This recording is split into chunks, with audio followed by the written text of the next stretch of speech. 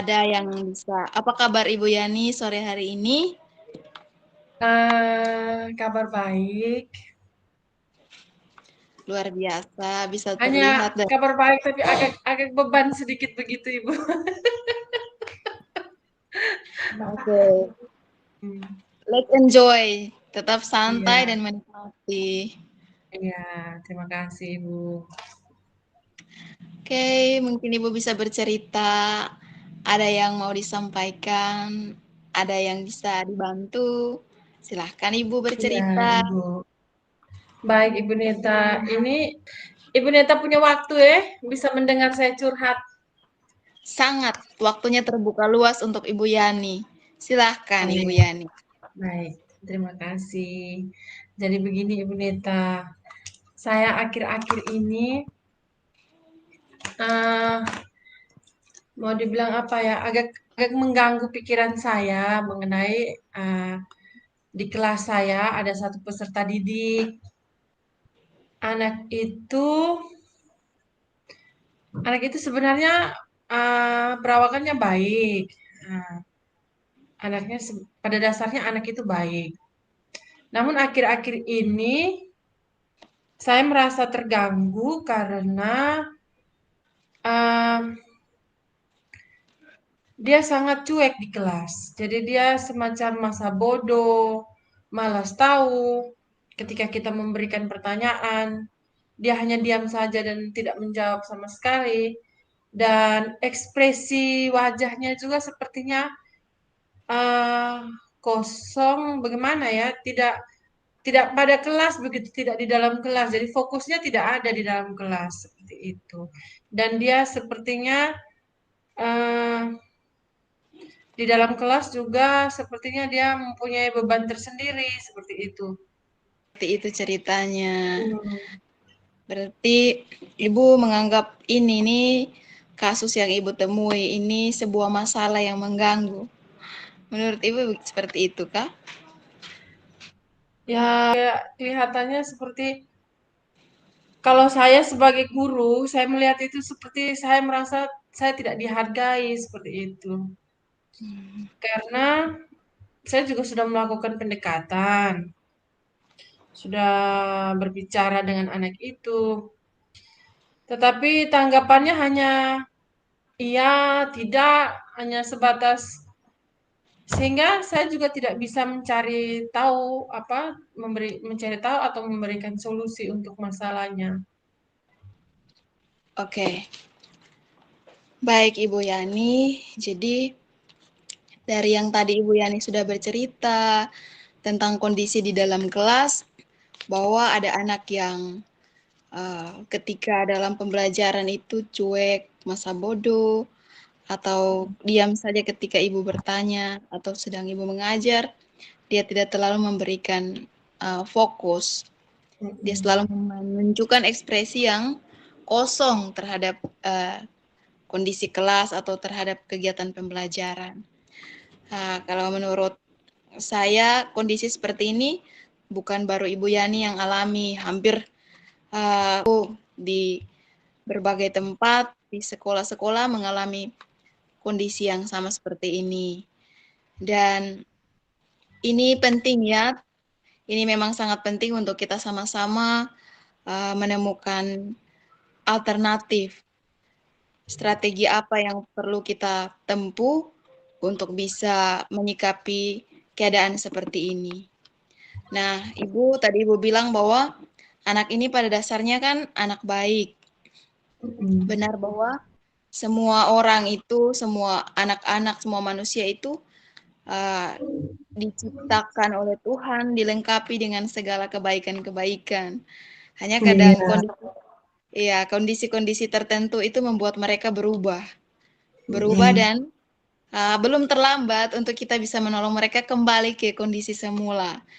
Ya, Iya. kondisi semula yang baik itu. Nah, dari cerita Ibu ini memang benar ya. Bukan hanya anak ini yang butuh, uh, anak ini memang ternyata butuh perhatian. Nah, kalau Ibu guru saja tadi dari penyampaian Ibu, kalau Ibu itu juga membutuhkan perhatian dan penghargaan ketika berada di kelas. Karena ketika ibu ada di kelas ini kan untuk mereka, untuk menolong mereka, untuk berbagi dengan mereka, untuk mengajar mereka, bagaimana respon mereka yang baik terhadap ibu. Tetapi ketika mereka tidak menunjukkan hal itu, ibu perlu menempuh beberapa strategi supaya bisa memberi solusi atas kondisi ini. Jadi saya di sini bukan menyarankan kepada ibu, tapi saya ingin berbagi bahwa ibu bisa menempuh strategi yang pertama itu pendekatan secara persuasif. Terus ibu perlu identifikasi kebutuhan anak ini sebenarnya apa. Karena sebenarnya motivasi perilaku manusia itu berdasar pada beberapa hal ya Ibu. Iya, Yang paling mendasar itu ya kebutuhan fisik, kebutuhan fisiologi mereka. Ada lagi yang berikut itu kebutuhan untuk merasa nyaman, kebutuhan untuk dihargai, kebutuhan untuk ya iya, mungkin salah satu kebutuhan ini belum terpenuhi dari anak ini. Itu mungkin salah satu motivasi perilaku dia yang salah tadi itu, yang kurang menyenangkan buat ibu itu. Jadi iya, ketika ibu membangun hubungan persuasif dengan dia, uh, uh, buat komunikasi dengan dia, terus mendengarkan dia, mungkin ibu bisa menemukan, mengidentifikasi apa sih sebenarnya yang terjadi dengan anak ini. Ibu cukup memberikan dia uh, kekuatan, penguatan lewat kata-kata yang membangun dengan secara konsisten. Tidak sekali dua kali, tapi mungkin beberapa kali dengan cara yang berbeda.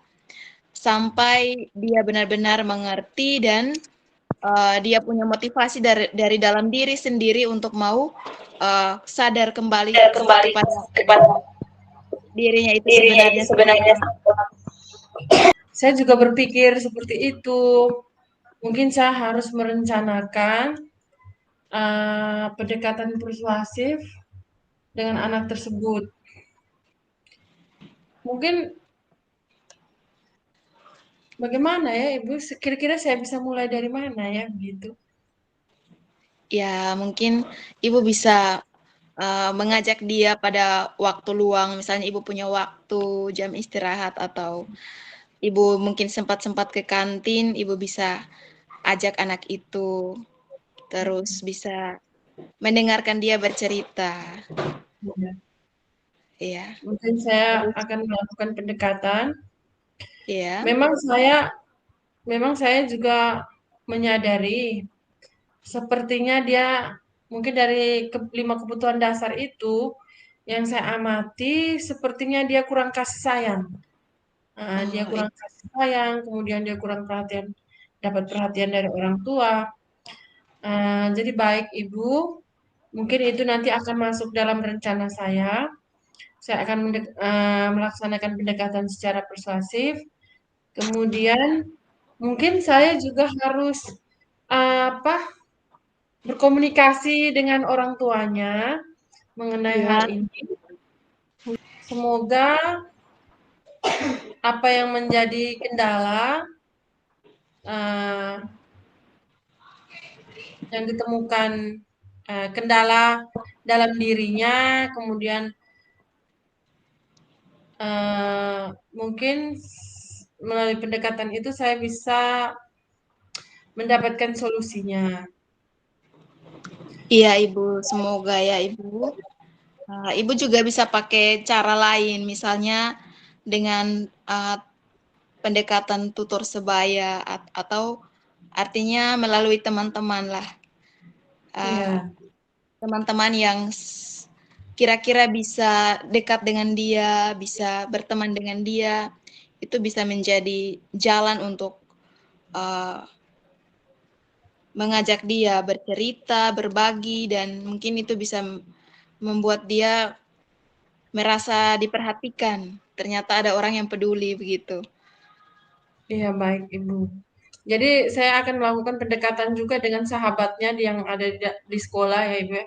Di Iya, sekolah maupun di dalam kelas. Baik Ibu, terima kasih. Uh, Terima kasih sudah mendengarkan keluh kesah sharing saya hari ini. Saya juga cukup ada gambaran ya Ibu untuk rencana saya selanjutnya.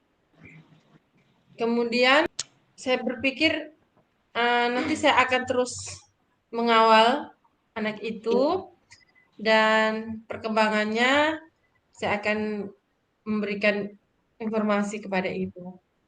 Iya, benar sekali Ibu. Dan ini merupakan tanggung jawab kita bersama. Kalau Ibu Yani sudah berani berbagi dengan saya, artinya bahwa kita sama-sama punya tanggung jawab untuk menjaga agar masalah ini tidak terulang lagi. Artinya setidaknya kita menemukan satu titik terang untuk menolong anak ini kembali Iya, pada dirinya semula. Terima kasih iya. Ibu Yani, dari Baik, obrolan kita ini membuka wawasan sekali. Terima kasih. terima kasih Bu Neta. Selamat siang. Selamat siang. Oke.